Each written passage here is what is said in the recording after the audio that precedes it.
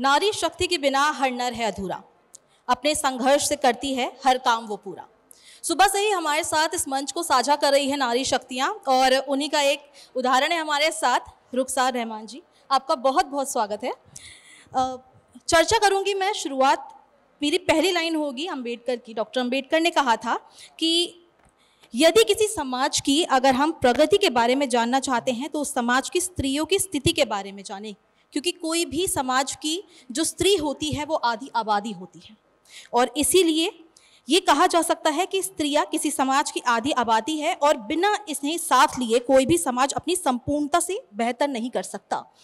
तो पहला सवाल मेरा आपसे यही है, अभी देश में जिस तरह से हमारी स्त्रियां, महिलाएं, नारी शक्ति हर एक क्षेत्र में आगे बढ़ रही है, उसको आप कैसे देखती हैं? Thank you very much, thank you for being here. आप लोगों का बहुत बहुत बहुत धन्यवाद। आधे लोग तो चले गए हैं, लेकिन आप जो हैं वो काफ़ी हैं। तो मैं एक्चुअली ये कहना चाहूँगी कि हाँ, पिछले 10 साल में अगर देखा जाए तो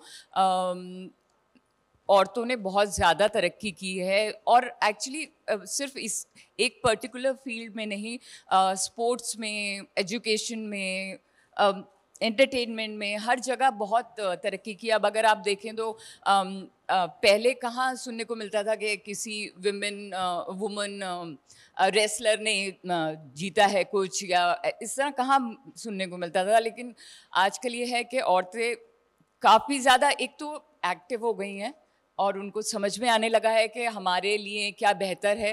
अब वो ज़माना शायद गया तो नहीं है, बट वो धीरे धीरे जा रहा है, जहाँ पर औरतें खामोशी से घर में बैठती थी और जो हो रहा है वो हो रहा है, ज़िंदगी निकल रही है, चल रहा है, जो कि हमारी माँ और दादी ने देखा है वो वक्त। बट शायद वो भी अच्छा था, क्योंकि वो लोग भी खुश थे काफ़ी, और ये तो बहुत ही अच्छा है क्योंकि women are happy, they are earning name also। सब अपने अभी भी जिन लोगों को पुरस्कार मिला है उनमें से कितनी ही लोग हैं जो कितने बड़े बड़े काम कर रही हैं। So it's really great, I mean well done.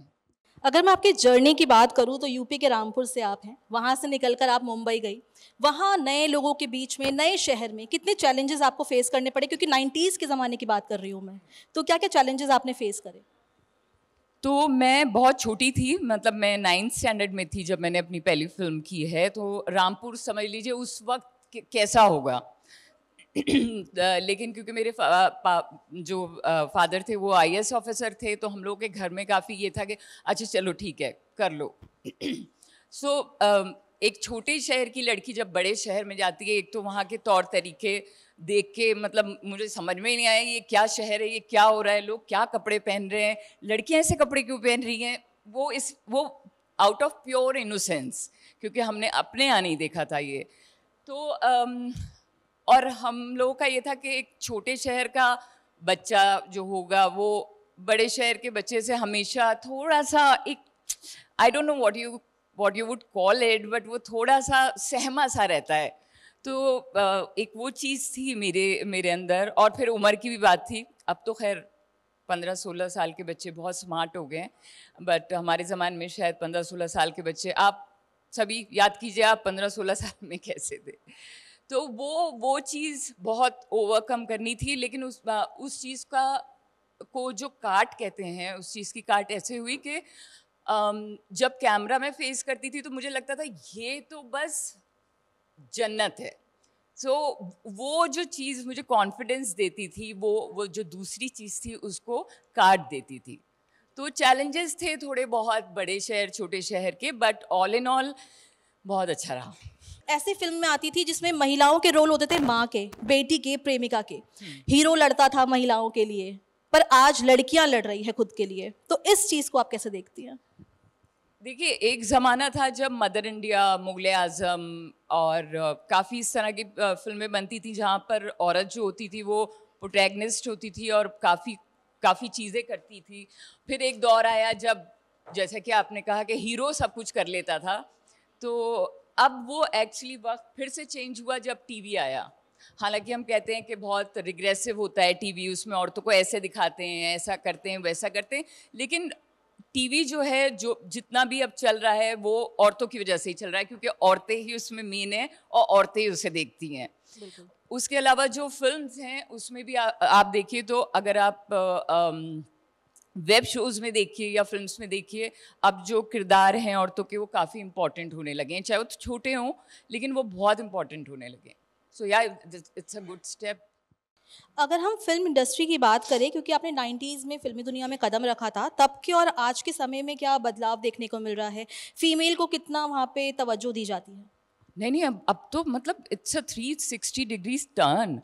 90s में तो बहुत कम जैसे जो टेक्निकल एरिया था उसमें बहुत कम औरतें होती ही नहीं थी एक्चुअली। सब कैमरा क्रू देख लीजिए या किसी में भी बहुत कम होती थी।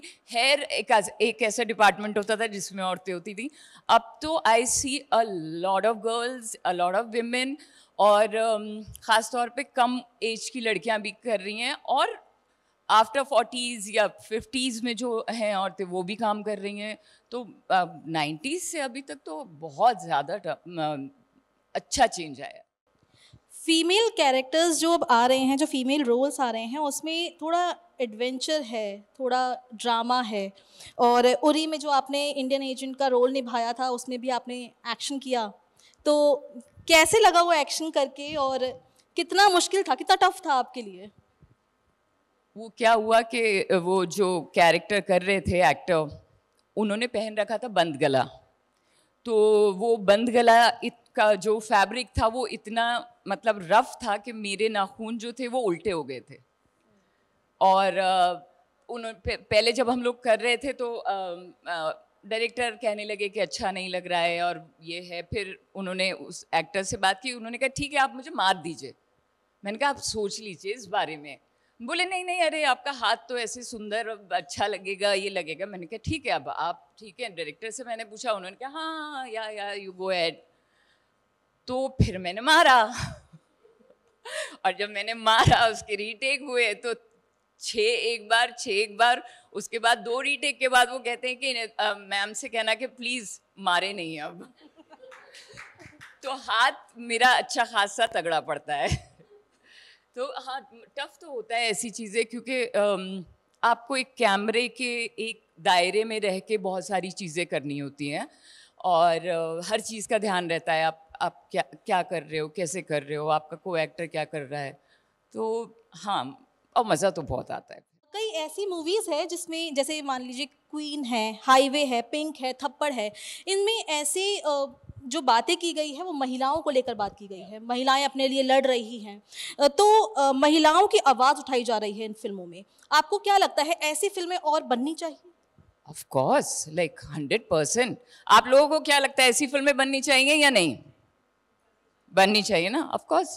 बिल्कुल। तो आपको क्योंकि आप फिल्म इंडस्ट्री से हैं, तो इस तरह की फिल्में कितनी बन रही है? क्या आपको लगता है कि फिल्म इंडस्ट्री ऐसी बना रही है फिल्में, उनको रुचि है इस फिल्मों में बनाने में? है, कुछ डायरेक्टर्स हैं, कुछ विमेन डायरेक्टर्स हैं जो कि विमेन सेंट्रिक फिल्में ही बना रहे हैं, या अगर विमेन सेंट्रिक फिल्में नहीं भी हैं तो उसमें औरतों का कैरेक्टर जो है वो बहुत स्ट्रॉन्ग है। वेब शोज़ में देख लीजिए आप, बहुत सारे ऐसे वेब शोज़ हैं जहाँ पर औरतों का कैरेक्टर बहुत स्ट्रॉन्ग है, या फिर औरतों के इर्द गिर्द ही कहानी चल रही है। तो हाँ, अभी वो नहीं रहा कि अरे औरतों के ऊपर ही कैसे बनाएं, क्यों बनाएं। काफ़ी कंटेंट बन रहा है। तो उम्मीद करते हैं कि आने वाले टाइम पे जल्दी औरतों से रिलेटेड ऐसी मूवीज़ आएंगी और लोगों को प्रोत्साहित करेगी महिला सशक्तिकरण के लिए।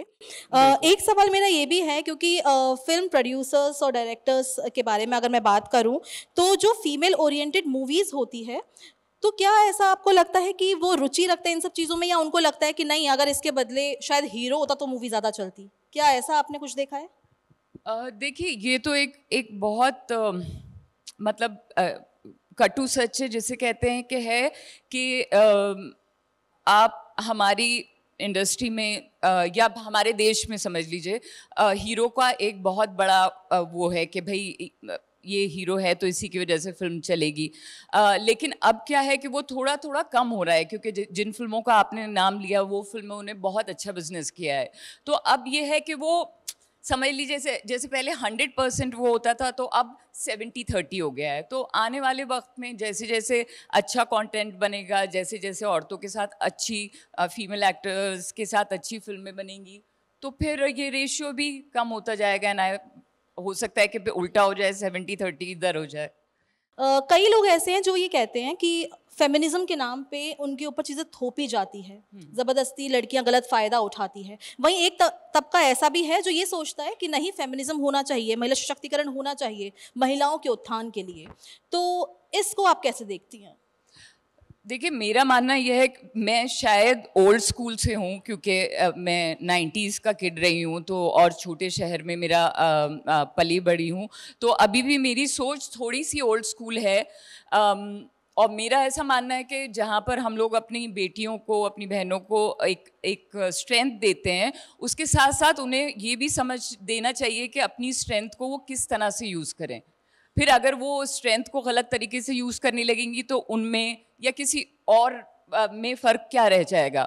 जैसे मेरी बेटी है, she is also an actor, तो उसको मैंने हमेशा समझाया था कि भाई तुम बात करो, अपनी बात आगे रखो, बट एक हद तक, जहाँ तक एक तमीज़ का और बदतमीज़ी का जो एक लाइन ड्रॉ होता है वो नहीं हो। सो आई फील कि हर जगह, स्पेशली इस जगह, ताकि औरतें बदनाम नहीं हो या लोग कहें कि अरे ये देखो इनको इतनी छूट दी थी तो इन्होंने क्या किया।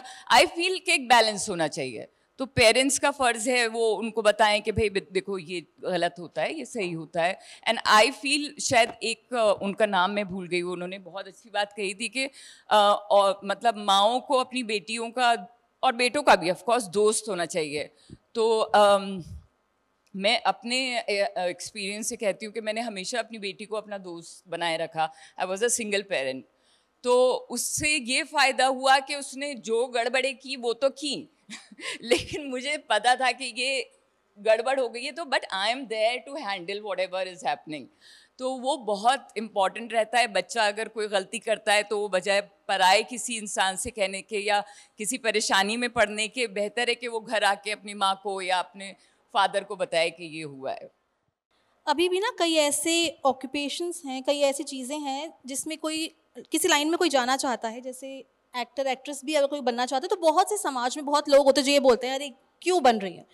आपने 90s में फिल्म इंडस्ट्री को चुना था, तो आपकी फैमिली के ऊपर कुछ ऐसा प्रेशर आया था बाहर से, समाज से, कि यार क्यों आप भेज रहे हो? बहुत आया था।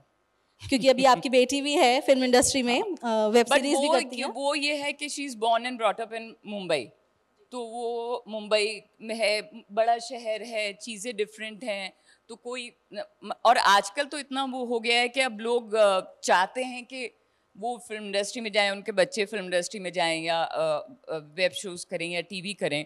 तो अब तो सब चीज़ चेंज हो गई है उस ज़माने में, इस ज़माने में। अभी तक आपने फिल्म इंडस्ट्री जितनी भी देखी, कितनी मूवीज आई है, ऐसी कोई किरदार जिसको आपने बहुत पसंद किया हो? मुझे अपना किरदार जो सरकार में था वो बहुत पसंद है।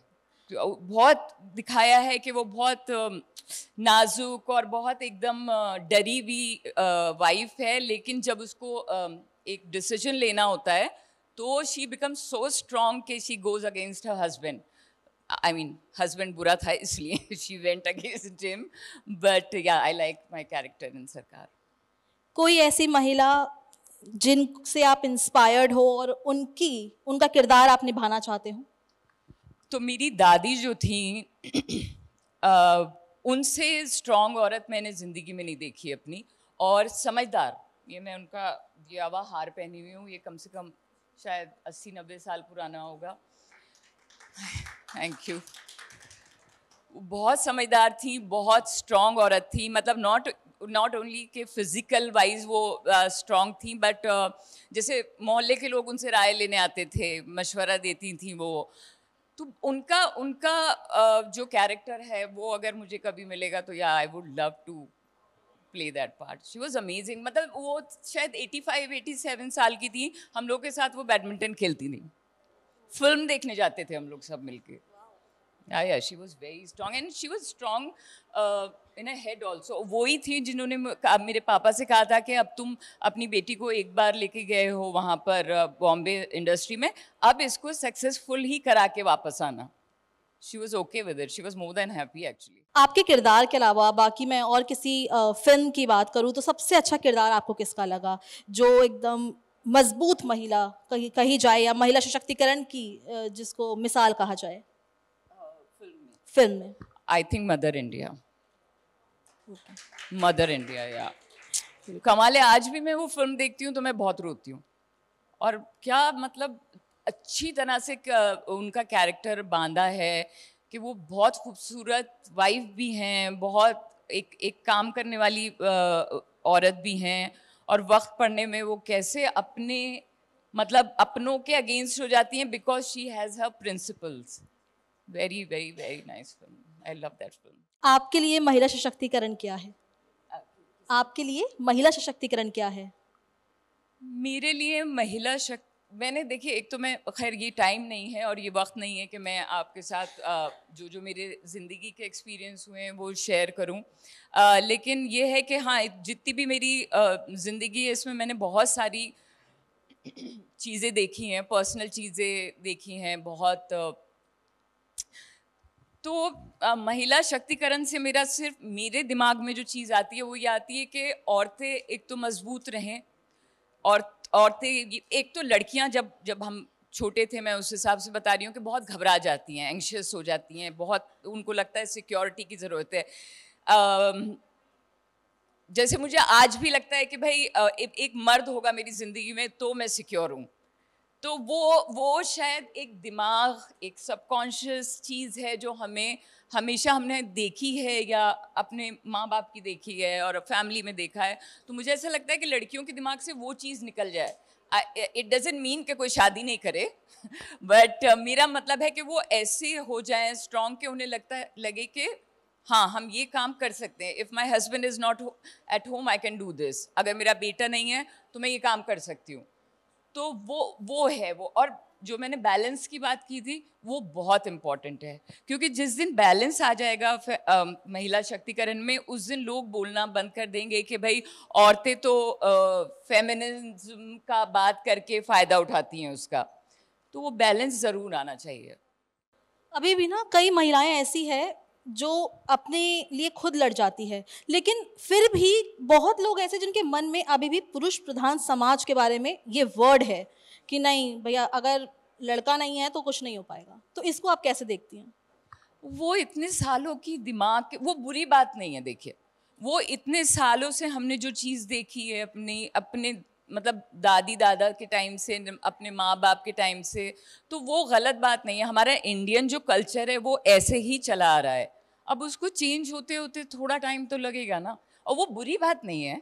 वो फिर मैं बोलूँगी बैलेंस, वो अगर बैलेंस में रहे तो वो बुरी बात नहीं है। If your husband is good, if your husband is very loving और बहुत समझदार मर्द हैं वो, तो उनके ऊपर झूल जाना कि भाई अब तो तुम ही सब हो मेरे, अभी ये काम तो मुझे नहीं करना, that's a very normal thing. But हाँ, वो बैलेंस होना चाहिए। क्या आप कोट कुछ ऐसा बोलना चाहेंगे महिलाओं के लिए जिससे वो खुश हो जाएं और महिला सशक्तिकरण को बढ़ावा मिले? कुछ ऐसा, कुछ लाइन, कुछ पंक्ति? बस मैं ये कहना चाहूँगी कि आप लोग सब खुश रहिए। जब दिल से इंसान खुश होता है तो उसको बहुत ज़्यादा मजबूती मिलती है, बहुत ज़्यादा ताकत मिलती है। और एंग्शियस मत होइए, घबराइए मत, सब कुछ ठीक हो जाता है। मैं बता रही हूँ, मेरी इतनी छोटी उम्र भी नहीं है मेरी और इतनी बड़ी उम्र भी नहीं है, लेकिन जितनी भी मेरी उम्र है मैं आपको बता सकती हूँ कि सब कुछ ठीक हो जाता है। Everything becomes okay. ये सिर्फ हमारी जो इंसान का जो दिमाग है, जो दिल है, वो हमें बहुत, इसका ये मतलब नहीं कि हम कोशिशें नहीं करें, आगे कोशिशें करते रहना चाहिए, but everything becomes okay, everything. And या, विमेन रॉक। बिल्कुल, women rocks. Thank you so much हमारे साथ इस चर्चा में शामिल होने के लिए, अपना समय हमें देने के लिए। तो हम लोगों ने बात की महिला सशक्तिकरण को लेकर, और आज हम इस मंच से महिला सशक्तिकरण को ही जिंदाबाद करते हैं। Thank you so much.